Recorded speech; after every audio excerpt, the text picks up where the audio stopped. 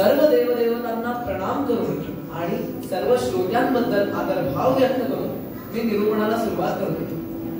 आज आपण कीर्तनासाठी श्री समर्थ रामदास स्वामी यांचा मनाचा श्लोक घेत आहोत. समर्थ म्हणतात, मना सज्जना भक्ती पंथेची जावे, तरी श्री हरी पामी जेतो स्वभावे, जनी विंध्यते सर्व सोडोनी जावे, जनी वंद्यते सर्व भावे करावे.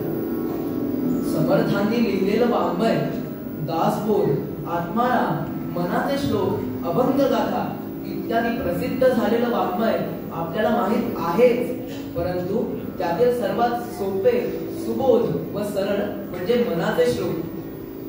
काही लोकांचा असा गैरसमज असतो की मनाचे श्लोक हे केवळ बालपणी पाठांतर करून बक्षीस मिळवायचे श्लोक आहेत, तेवढाच काय तो त्यांच्या जीवनात उपयोग.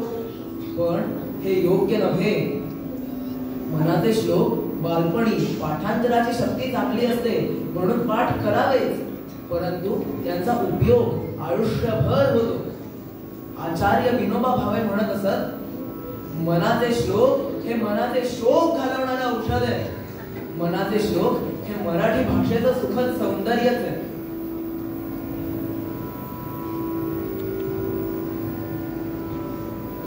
भुजंगप्रात वृत्तातील हे श्लोक पाठांतरासाठी अत्यंत सोपे आहे. संगीती, सदाचार, उपासना, वेदांत इत्यादी अनेक स्तरांवरील उपदेश हे मनाच्या श्लोकांचे विषय आहेत.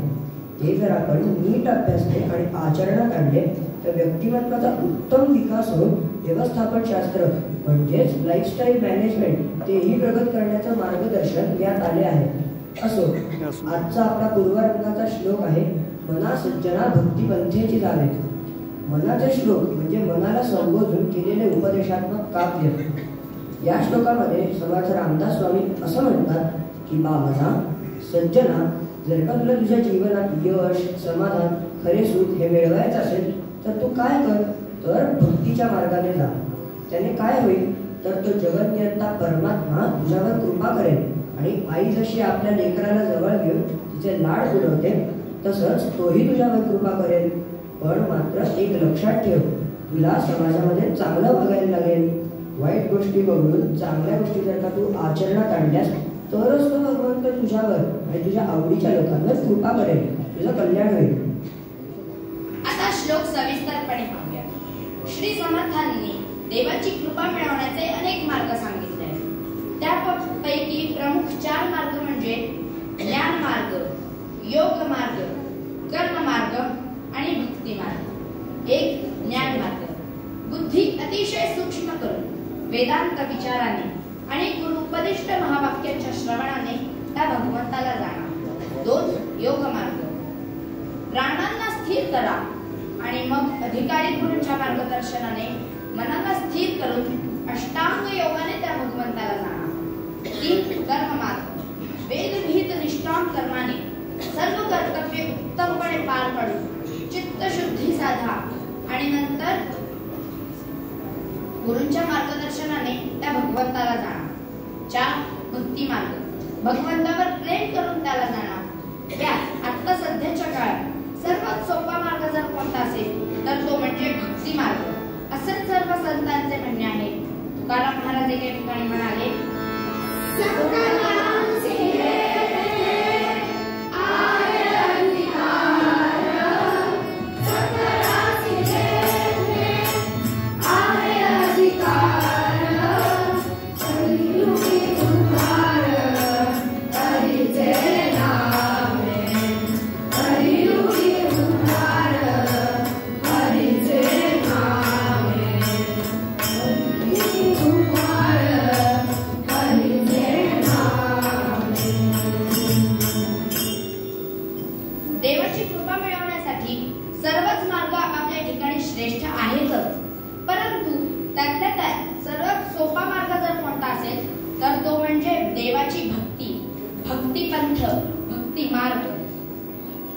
मना सज्जना भक्ती पंथेची जावे. पहिला अर्थ, मना सज्ज ना. हे मना, तू सज्ज आहेस ना? Are you ready? कारण जर मन सज्ज नसलं तर खऱ्या भक्तीला सुरुवात होऊ शकतच नाही. अरे भक्ती सोडा, आपल्या कामाला देखील सुरुवात नाही होऊ शकत जर तुमचं मन सज्ज नसेल ते काम झालं तरी ते नाईलाजाने तुमचं शरीर करतं, म्हणून ते अप टू मार्क ज्याला म्हणतो, अप टू मार्क नाही होत ते. एक छोटंसं उदाहरण देतो.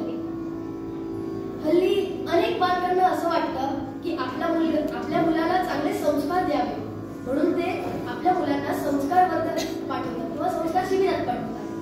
तिकडे चांगले संस्कार होतात ते लवकर उठतात, लवकर आवरतात, लवकर आंघोळ करतात, स्तोत्र पाठ करतात, कीर्तन करतात, सुभाषिते पाठ करतात आणि अजून खूप काय काय करतात. पण घरी आल्यावर सगळं विसरतात. कारण त्यांचं मन तिकडे सज्जन होतं.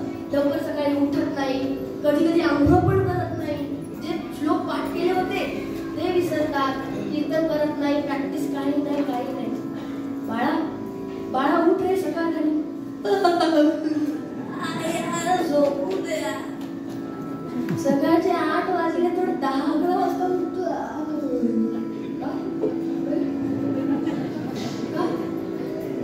शिबिराला गेला होता तिकडे सकाळी 5 वाजता उठायचा, पण इथे तो उठू नाही शकला का?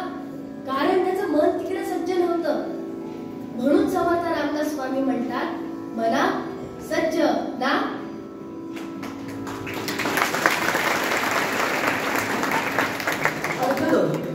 समर्थ मनाला सज्जन असे संबोधतात, कारण कोणाकडूनही चांगले काम करून घ्यायचे असेल तर आधी त्याला चांगलं म्हणे.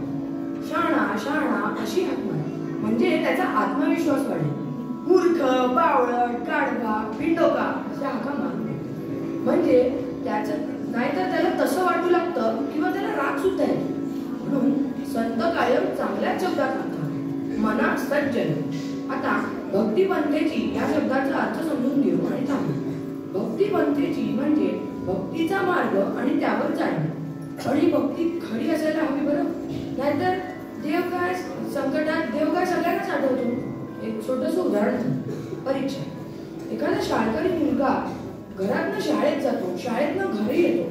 त्याच्या येण्या जाण्याच्या रस्त्यात एखादं मारुतीचं मंदिर, पार काढतात, पिंपळाचं झाड असतं, पण रोज ते त्याला दिसत नाही. पण जसा मार्च फेब्रुवारी महिना जवळ येतो, परीक्षा जवळ येतात, खास करून गणित इंग्रजीचे पेपर असले, नीट अभ्यास झाला नसला की मग त्याला मारुतीराय आठवतो.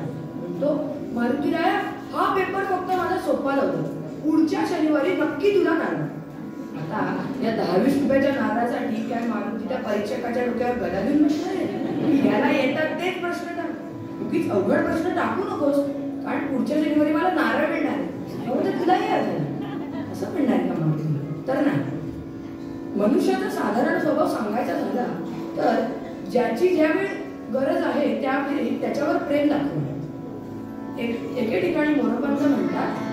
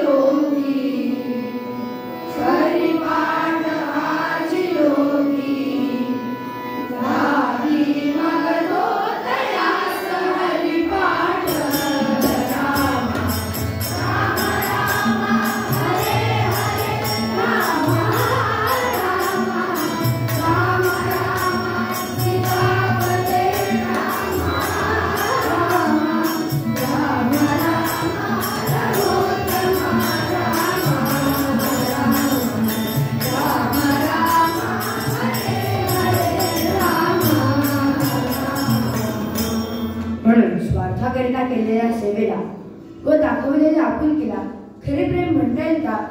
खरी भक्ती म्हणता येईल का? खरी आवड म्हणता येईल का? तर नाही. तुकाराम महाराज म्हणाले,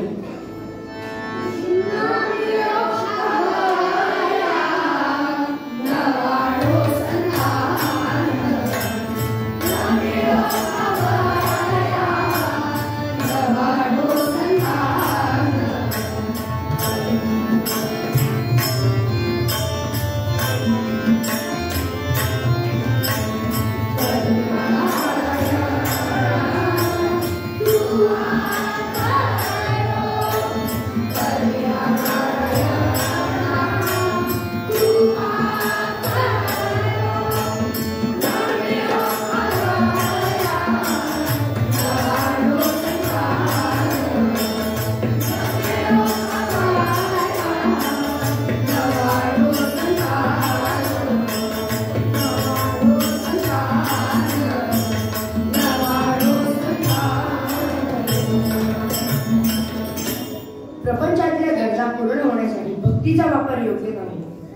आपलं सगळं नीट असावं असं वाटण्यात काहीच गैर नाही. पण जिथे भक्ती नाही तिथे आपण होऊ शकत नाही.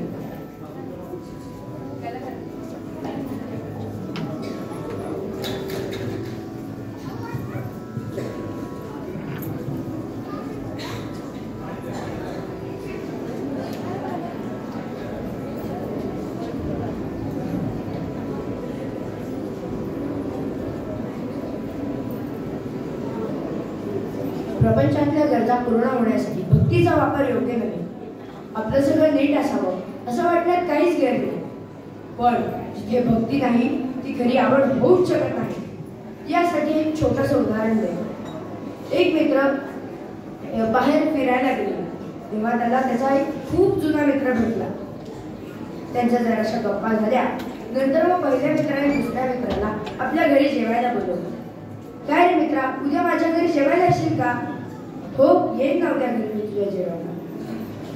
ठरलं, आता उद्या मित्र येणार आहे म्हटल्यावर त्याच्या आवडीचं काहीतरी खायला गेलं पाहिजे. त्याला बासुंदी फार आवडत म्हणून त्याने बासुंदी करायला सांगितले आपल्या बायकोला. काय ग, ऐकतेस का? उद्या माझा खूप जुना मित्र येणार आहे, त्याला बासुंदी आवडते, उद्या तू मस्त बासुंदी कर. दुसऱ्या दिवशी मित्र घरी आला. दोघंही जेवायला बसले. वाडगं भर म्हणजे मोठा बाऊल भर त्या मित्राला बासुंदी वाढलेली. आणि फक्त काय आता बासुंदी जेवणात देणार का? थोडेसे बाजूचे प्रकार होते. त्यात बटाट्याची भजी होती. त्याने पहिले 2-3 घास बासुंदी पुरीचे खाल्ले. त्याच्यानंतर त्याचं लक्ष बटाट्याच्या भजीकडे गेलं. त्याने ती बटाट्याची भजी हातात घेतली आणि कटकन चावली. गुरुम गुरुम असा आवाज आला आणि चमचमीत स्वादिष्ट अशी ती बटाट्याची भजी त्याला फार आवडली. तो खातच सुटला. 5, 6, 7, 8 असं करत देव खातच सुटलेला.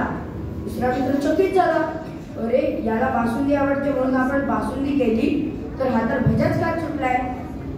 त्याने त्या मित्राला विचारलं, काय रे, तुला बासुंदी आवडते म्हणून बासुंदी केलेली, तू तर भजेच खातोयस. तो दुसरा मित्र म्हणाला, आवडते बासुंदी पण आज नको, भजीच छान झाली. आता ही काय खरी आवड का? खरी आवड कशाला म्हणतात? रात्रीचे 12 वाजलेले असतानाही कोणी बासुंदी घेऊन आलं तरी हो, अर्धा वाटी बासुंदी त्यांना प्लीज प्लीज, याला खरी आवड म्हणतात. तर ही काय त्याची खरी आवड होती का? तशीच आवड आपल्याला भगवंताची पण असली पाहिजे. काहीतरी मिळवण्यासाठी आपण केलेली भक्ती तो व्यवहार झाला. आणि जिथे व्यवहार असतो तिथे भक्तीच नसते. एक बार राधा ने कृष्ण से पूछा, कान्हा, प्यार का मतलब क्या है रे? पर कान्हा बोले, राधा, जहाँ मतलब होता है वहाँ प्यार ही नहीं होता. आणि याला उत्तम उदाहरण म्हणजे मारुतीराय. जीवनभर प्रभू श्री रामचंद्रांची सर्व समर्पण भावाने सेवा करणारे श्री हनुमान. शेवटी श्रीरामांनी त्यांना विचारलं, मारुते, तुला काय हवं? तेव्हा हा महाभक्त म्हणाला, प्रभू, माझा एकच वर द्यावा, या चरणांच्या ठाई माझा निश्चल भाव राहावा. प्रपंच हा नीटच करावा आणि त्यासाठी आवश्यक सगळ्या गोष्टी कष्ट करून मिळवाव्यात. फक्त त्याचा भार भगवंतावर टाकू नये, त्याच्यावर निस्वार्थ प्रेम करावं. अहो, यालाच तर भक्ती म्हणतात. ज्यांनी इंद्र ते सर्व सोडून द्यावे. या जगात व्यवहार करताना भक्ताचं आचरण नेहमी शुद्धच असावं. वाईट लोकांच्या प्रभावात येऊ नये, वाईट लोकांच्या संगतीत येऊ नये. आणि चुकून मागून एखादी वाईट गोष्ट दृष्टीस पडली तरी सज्जनांनी आपलं आचरण बदलायला नको. वाईट लोकांच्या प्रभावात पडायला नको.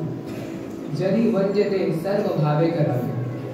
सज्जनांच्या दृष्टीने जे चांगलं आहे, वंदनीय आहे, त्याचंच आचरण माझ्याकडून घडावं अशी इच्छा धारण करावी. म्हणजे ह्याच्यात आपलं कल्याण आपोआप आहे, पण त्या व्यतिरिक्त आपल्या आई वडिलांचं नाव सुद्धा उज्ज्वल होतं. आणि लोक आपल्याबद्दल चांगलं चांगलं बोलतात. अहो, तो अमक्या अमक्याचा मुलगा आहे, तो किती छान आहे नाही का? आणि आपल्या वंशजांना सुद्धा आपला अभिमान वाटायला लागतो. आणि हे सगळं असतानाच आपल्या अवतीभोवतीचे लोक सुद्धा आनंदी होतात. असा हा संपूर्ण कल्याण साधणारा श्लोक आहे. आणि म्हणूनच माझे समर्थ रामदासावे गोडपणामध्ये म्हणतात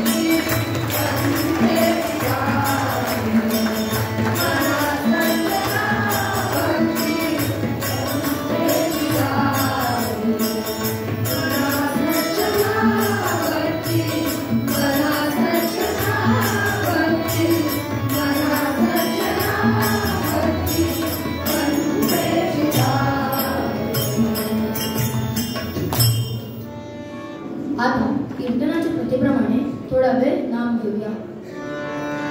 श्री राम जय राम जय जय राम, श्री राम जय राम जय जय राम, श्री राम जय राम जय जय राम, श्री राम जय राम जय जय राम,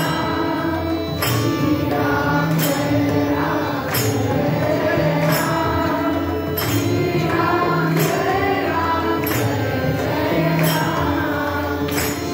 राम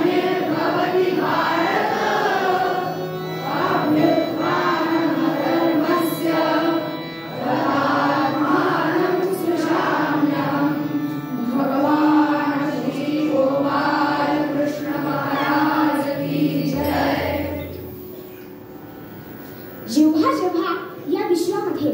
सद्धर्माला ग्लानी येते, सज्जन लोक दुःखी होतात. तेव्हा तेव्हा सज्जन रक्षणासाठी, धर्माची स्थापना करण्यासाठी आणि दुष्टांचा नाश करण्यासाठी मला पृथ्वी तलावर यावेच लागते असे भगवंताचे वचन आहे. आणि इकडे अयोध्येचे राजे दशरथ हे ऋषी वसिष्ठांच्या मार्गदर्शनाखाली 2 यज्ञ करत होते. एक पुत्रकामेष्ठी यज्ञ आणि दुसरा अश्वमेध. यज्ञ केला आहुती भक्ती भावे, यज्ञ केला आहुती भक्ती भावे, देवधारी संतुष्ट होत भावे, देवधारी संतुष्ट होत भावे.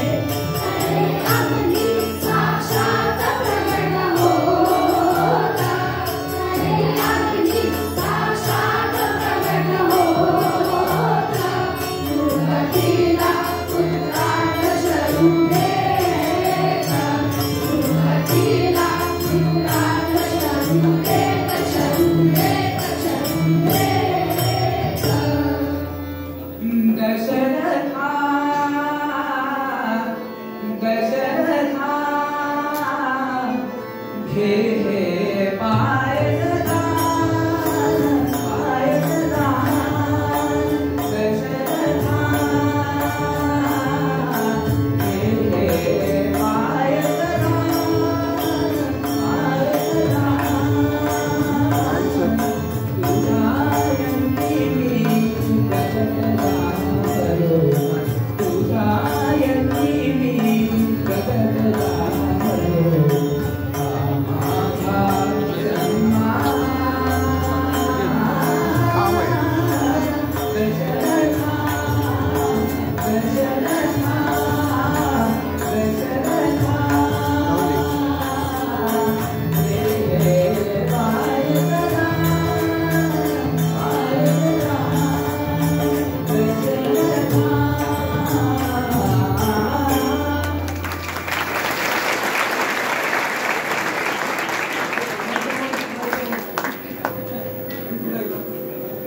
त्या यज्ञामध्ये पूर्णाहुती झाली. साक्षात यज्ञनारायण प्रकट झाले. त्यांनी तो पायसाचा प्रसाद राजा दशरथाला दिला आणि राजा दशरथाने तो त्याच्या 3 राण्यांना वाटला.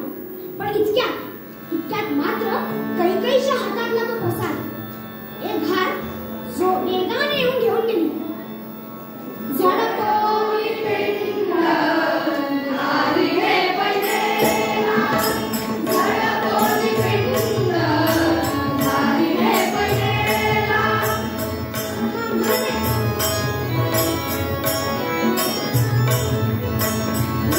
म्हणे झाला अंजनी घाली, म्हणे झाला अंजनी घाली. झडपोली पिंड नारी रे पैदेला, झडपोली पिंड नारी रे पैदेला, नारी रे पैदेला, नारी रे पैदेला. या घारीने कैकेयीच्या हातातला तो चरू प्रसाद पटदिशी उचलला आणि वेगाने निघून गेले व किष्किंध्याजवळील वनात तपश्चर्या करणाऱ्या अंजनी मातेच्या हाती दिला. आता ही घार कोण ते पाहूया. जन्मांतरी सुवरचा, जन्मांतरी सुवरचा, सर्वेषां नाचता विदित्वारी, सर्वेषां नाचता विदित्वारी.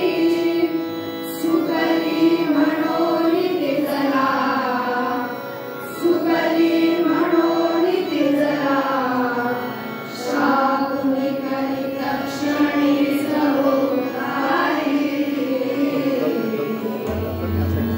एकदा सुवर्चा नावाची अप्सरा ब्रह्मदेवाच्या सभेमध्ये नृत्य करताना चुकली. ब्रह्मदेवाने तिला एकाग्रतेचा अभ्यास व्हावा म्हणून तू घार होशील असा श्राप दिला. घार हिंडते आकाशी, परी तिचे लक्ष पिलापाशी, असेच लक्ष तानाजवळ असायला हवे असे सांगितले. सुवर्च्या अप्सरेने ब्रह्मदेवाची माफी मागितली. ब्रह्मदेवांनी क्षणभर आपले नेत्र मिटले, थोडा विचार केला आणि उशाप केला. त्रेतायुगामध्ये राजा दशरथ ते यज्ञ करतील. त्या यज्ञाचा यज्ञीय प्रसाद राणी कैकेयीच्या हातातून उचलून तो वनामध्ये तपश्चर्या करणाऱ्या अंजनी मातेच्या हाती द्यावा. तरच तू घारीच्या जीवनातून मुक्त होऊन पुन्हा स्वर्गाची सुवर्चा अप्सरा बनशील. त्या घारीने आपले काम नीटपणे बजावले होते. आता ही अंजनी गोड ते ऐकूया. सुग्रीव सैन्य नायक, सुग्रीव सैन्य नायक, वीरेश्वर एक केसरी नाम, वीरेश्वर एक केसरी नाम, वानर असुरी जाने, वानर असुरी जाने, केले अभ्यास करून यजुस्साम. राम राम राम हरे हरे राम, राम राम राम सीता हरे राम, राम राम राम रघुत्तम राम, राम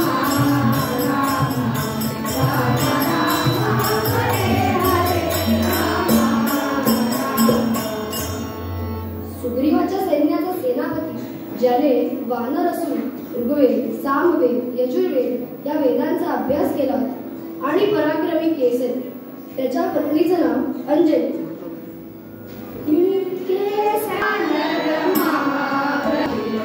केसरी वानर महाप्रतापी, जनिताची माया, जनिताची माया, धर्मपरायण पतिव्रताची, धर्मपरायण पतिव्रताची, दशरथे युगकार्या, दशरथे युगकार्या, केसरी वानर महाप्रतापी, केसरी वानर महाप्रतापी, केसरी वानर महाप्रतापी. अंजनीला नेहमी वाटायचे की मुलं सगळ्यांनाच होतात, पण मला जो पुत्र व्हावा ज्याने देव, धर्म, देश यांची विशेष सेवा करावी. म्हणून तिने वनात जाऊन भगवान शंकरांची तपश्चर्या केली. ते प्रसन्न झाले.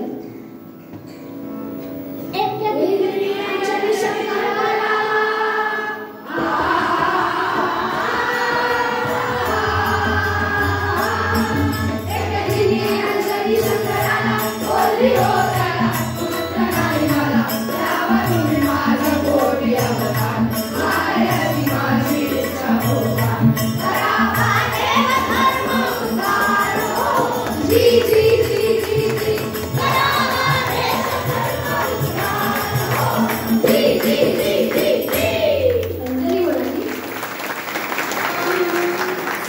सद्गुणशाली अक्षय, सद्गुणशाली अक्षय, दृढतनु सुखदे मला महादेवा, दृढतनु सुखदे मला महादेवा. रघुकुल मंडळ सीता, रघुकुल मंडळ सीता, तिची लाला घडो सदा सेवा. भगवान शंकर म्हणाले, काळजी करू नकोस, मी तुझ्या उदरी स्वतः अवतार घेईन. मघोरे उमावर, अमरावामी महारुद्र, उदरे उदरी अवतार, धनको अक्षय जाणवा. महापार्वती पदे हर हर महादेव. अंजनी म्हणाली, देवाधिदेवा, महादेवा, पार्वती परमेश्वरा, तुम्ही माझ्या पोटी अवतार घ्या आणि देशाला छळणाऱ्या, सज्जनांना त्रास देणाऱ्या सदै त्यांचा नाश करा. आई वडिलांची इच्छा असावी लागते. अशी देशकार्य करणारी मुलं त्यांच्या पोटी जन्माला यावी. नाहीतर बहुतेक आई वडिलांना असे वाटते की माझ्या मुलांनी 4 BHK फ्लॅट घ्यावा. नाहीतर USA ला जावं, डॉक्टर इंजिनियर बनावं. ते सगळं ठीक आहे हो, पण त्यासोबतच देश कार्य करावं असं वाटण्यात काय हरकत आहे? म्हणून कीर्तन प्रवचन ऐकायचे असतात. त्यामधून आपल्याला देश कार्य करण्याची प्रेरणा मिळते.